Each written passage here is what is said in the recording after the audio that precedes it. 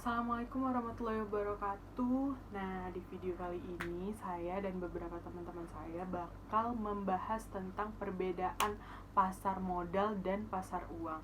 Kami dari Fakultas Ekonomi Bisnis Prodi Manajemen dari Universitas Muhammadiyah Sumatera Utara. Langsung ke pembahasan yang pertama tentang pengertian pasar modal. Pasar modal adalah suatu tempat atau sistem yang berfungsi sebagai tempat transaksi jual beli surat-surat berharga atau efek seperti saham dan obligasi, baik itu untuk jangka menengah dan jangka panjang. Nah, pasar modal bisa dikatakan sebagai capital market juga. Pasar modal menjadi tempat bertemunya investor dengan perusahaan yang membutuhkan modal. Nah, tentang instrumen pasar modal. Menurut para ahli, adalah tempat bertemunya berbagai pihak, bisa perusahaan atau negara yang membutuhkan dana. Yang pertama, fungsi keuangan. Sebagai tempat bertemunya perusahaan atau bahkan negara.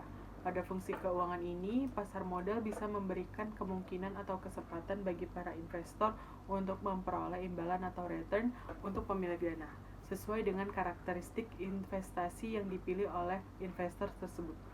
Yang kedua, fungsi ekonomi, di mana pasar modal ini menyediakan fasilitas atau tempat yang bisa mempertemukan dua pihak yang memiliki kepentingan. Pihak-pihak yang memiliki kepentingan adalah investor dan pihak yang memerlukan dana. Nama saya Della Melia, saya akan menjelaskan tentang perbedaan saham dan obligasi. Perbedaan saham dan obligasi adalah pemilik saham yang memiliki hak atas keuntungan perusahaan dan juga hak suara.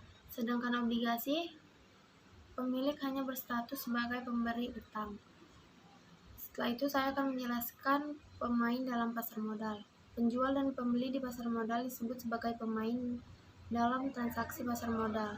Pemain utama dalam pasar modal adalah perusahaan yang akan melakukan penjualan atau emiten, dan pembeli atau pemodal, atau biasa disebut dengan investor. Setelah itu saya akan menjelaskan tentang prosedur emisi. Tahapan emisi yaitu yang pertama, tahap persiapan. Sebelum melakukan penjualan saham atau obligasi di pasar modal, maka tahap pertama bagi perusahaan yang hendak mencari modal adalah mengadakan rapat umum pemegang saham atau RUPS. Yang kedua, penyampaian letter of intent. Hasil rapat yang telah disetujui dalam RUPS dituangkan dalam surat kemudian diajukan ke Bapepam sebagai wujud hendak menerbitkan efek di pasar modal. Saya Marisa, di sini saya akan melanjutkan penjelasan tentang tahapan prosedur emisi. Yang ketiga adalah penyampaian pernyataan pendaftaran. Penyampaian pernyataan pendaftaran memuat informasi-informasi antara lain adalah data tentang manajemen dan komisaris, data tentang struktur modal, kegiatan usaha emiten, rencana emisi, dan penjamin pelaksana emisi. Yang keempat adalah evaluasi oleh Bapepam. Apabila seluruh dokumen yang dipersyaratkan telah terpenuhi, maka oleh Bapepam akan melakukan evaluasi terhadap dokumen-dokumen yang telah disampaikan. Yang kelima adalah mendengar pendapat terbuka.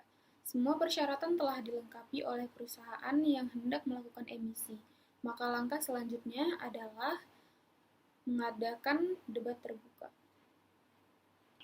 Pasar perdana merupakan aksi penawaran saham pertama kalinya oleh emiten kepada para pemilik modal dengan periode waktu tertentu.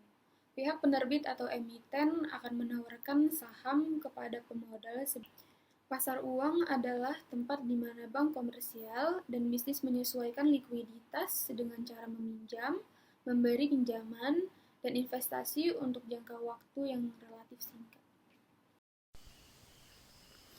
Secara umum, instrumen pasar uang adalah instrumen yang diperdagangkan pada pasar uang dan memiliki jatuh tempo dari kurang 1 tahun. Produk pasar uang ini dianggap angin segar oleh para investor dalam menghimpun dana agar bisa meraih keuntungan, sebab pasar uang memiliki karakteristik yang berbeda dibandingkan dengan pasar obligasi khususnya dalam hal tenor atau jangka waktu. Sedangkan seperti yang diketahui, jangka waktu obligasi biasanya lebih dari 1 tahun, bahkan ada yang mencapai belasan hingga puluhan tahun. Para pelaku pasar uang yaitu meliputi A. Bank, B. Yayasan, C. Dana pensiun, D. Perusahaan asuransi, E. Perusahaan besar, F. Lembaga pemerintahan, G. Lembaga keuangan, dan individu masyarakat. Saya Difata Syaulia. Di sini saya akan menjelaskan tentang pasar valuta asing. Pasar valuta asing sering juga disebut dengan pasar falas, yang merupakan suatu transaksi yang memperdagangkan mata uang suatu negara terhadap mata uang negara lainnya. Pasar falas ini juga melibatkan pasar-pasar uang utama di dunia selama 24 jam secara berkesinambungan. Selain itu, transaksi falas cenderung beresiko. Hedging adalah langkah pencegahan yang sebaiknya dilakukan. Hedging ini dilakukan dengan cara membuat portofolio menggunakan derivat dari valuta asing. Tujuannya itu agar perusahaan dapat membeli dan menjual mata uang yang ada demi menghindari resiko kerugian karena adanya selisih nilai mata uang. Selanjutnya, tujuan melakukan transaksi falas diantaranya adalah sebagai transaksi pembayaran, untuk mempertahankan daya beli, untuk memperoleh keuntungan, dan juga untuk memudahkan kita berbelanja. Baik, sekian hasil presentasi dari kelompok kami hari ini. Assalamualaikum warahmatullahi wabarakatuh.